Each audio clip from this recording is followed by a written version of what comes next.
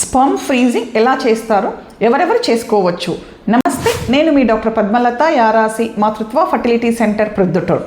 Sperm freezing వచ్చేసేసి husband నుంచి మనం సెమెన్ శాంపుల్ తీసుకున్న తర్వాత దాన్ని ప్రాసెస్ చేసి -196 డిగ్రీ సెంటీగ్రేడ్ దగ్గర దాన్ని ఫ్రీజ్ చేస్తామన్నమాట. నార్మల్ డీఫ్రీజ్ టెంపరేచర్ వచ్చేసి మనకు -18 డిగ్రీ సెంటీగ్రేడ్ అండి. అంటే మీరు ఇమాజిన్ చేసుకునే ఎంత లో టెంపరేచర్స్లో మనం సెమెన్ ఫ్రీజ్ చేస్తున్నాము. ఎవరెవరు చేసుకోవచ్చు. ఇప్పుడు మామూలుగా ఎవరైనా పేషెంట్ చిన్న వయసులోనో క్యాన్సర్ వచ్చి వాళ్ళు ఏదైనా రేడియేషన్ ట్రీట్మెంట్, క్యాన్సర్ ట్రీట్మెంట్ తీసుకునేటప్పుడు అది స్పర్మ్ ప్రొడక్షన్ ఎఫెక్ట్ చేస్తుంది కాబట్టి వాళ్ళు సెమెన్ స్టోర్ చేసుకోవచ్చు.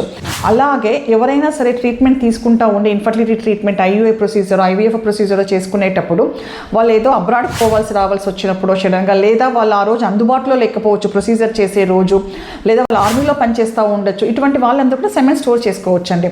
ఇంకొకటి ఐవీఎఫ్లో వచ్చేసేసి మేము ఓవం పికప్ చేసే రోజున హస్బెండ్ కానీ అందుబాటులో లేకుండా పోతే అప్పుడు ఇబ్బంది అవుతుందన్నమాట మనం ఎగ్స్ కలెక్ట్ చేసిన తర్వాత.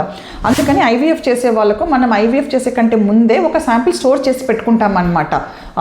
ప్రొసీజర్ చేసేదానికంటే ముందు అది ప్రొఫైలాక్టిక్గా మనం దగ్గర ఉంటుందన్నమాట. ఇన్ కేసు వాళ్ళు మనం ఓవం పికప్ చేసే రోజున రాలేకపోతే మనం ఆ ఫ్రోజన్ శాంపుల్ వాడుకుంటాము, వచ్చినట్లయితే ఫ్రెష్ శాంపుల్ వాడుకుంటాము. Thank you.